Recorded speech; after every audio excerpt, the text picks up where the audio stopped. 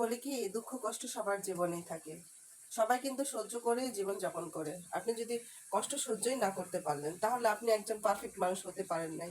কষ্ট তো জীবনে আসবেই, ঝড়কা থাকবে, বিপদ থাকবে, ভালো থাকবে, মন্দ থাকবে, হাসি খুশি সবকিছু যদি একটু ধৈর্য ধরে থাকেন, তাহলে কিন্তু একদিন না একদিন সবকিছু ঠিকই হয়ে যাবে।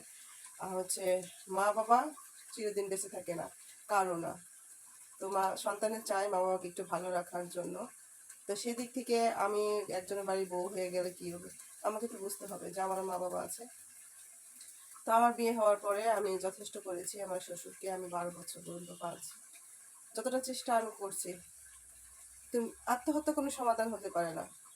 যদি আত্মহত্যার সমাধানই হইতো, তা আমি তো চাকরি করি, পুরো এক মাসে বেতন পাই, আমার চাকরির টাকায় আমি চলি, আমার পিছনে কেউ 1 টাকাও খরচ করে না।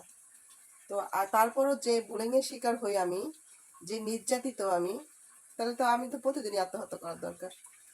তারপরেও তো আমি আত্মহত্যা করছি না।